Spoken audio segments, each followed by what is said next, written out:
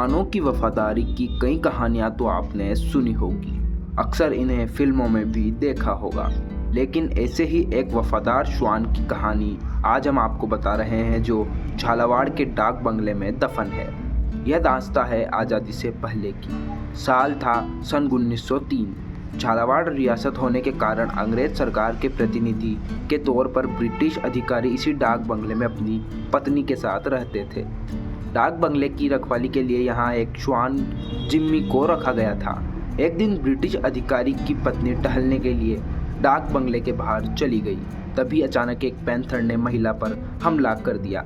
वफादार जिम्मी महिला को बचाने के लिए खूंखार पैंथर से भिड़ गया। ब्रिटिश अधिकारी की पत्नी तो जैसे तैसे अपनी जान बचाकर डाक बंगले में वापस पहुंच गई, लेकिन पैंथर के इस हमले में जिम्मी की जान चली गई। जिम्मी की इसी बहादुरी और वफादारी से ब्रिटिश दंपति इतना प्रभावित हुए कि उन्होंने डाक बंगला परिसर में श्वान की समाधि बनवाई। यह समाधि आज भी यहाँ मौजूद है। समाधि पर जिम्मी का नाम और घटना का साल लिखा हुआ है।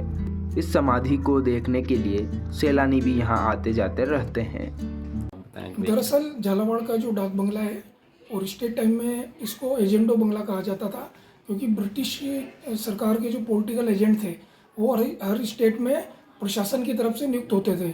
और उस समय की ये घटना है कि जब झालावाड़ में दरबार राजेंद्र सिंह जी सुधाकर का शासन था और उनको श्वान पालने का बड़ा शौक था, तो जब ब्रिटिश अधिकारी इस एजेंटो बंगले में डाक बंगले में रहते थे तो उनकी सुरक्षा के लिए एक श्वान को जिम्मेदारी दी गई थी। जो श्वान काफ़ी समझदार था, स्वामी भक्त था।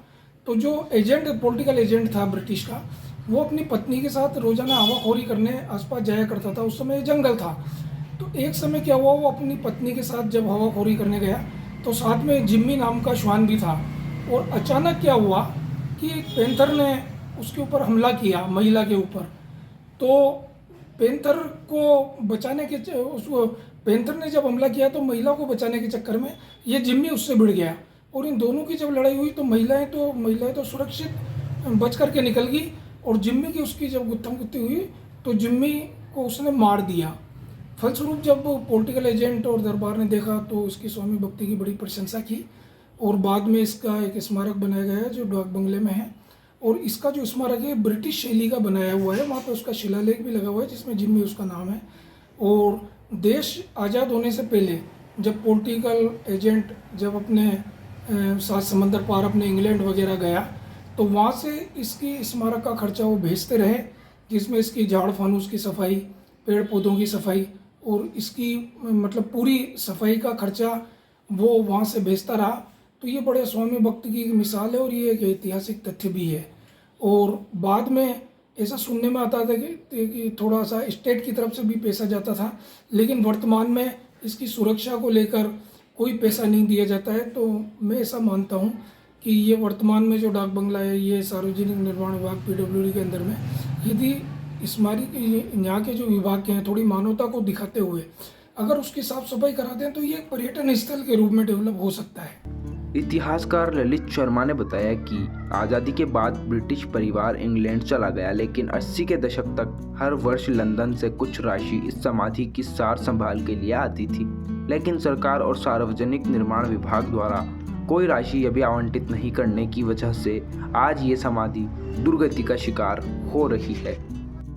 राज्य समय में इसके रखरखाव के लिए, इसकी सफाई के लिए बजट आता था, लेकिन बाद में क्या है कि प्रशासनिक अधिकारियों ने इसके ऊपर ध्यान नहीं दिया।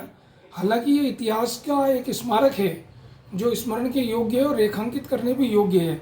और लोग बाग आज भी जब डाक बंगले में आते हैं तो इस श्वान की समाधि को देखना नहीं भूलते हैं।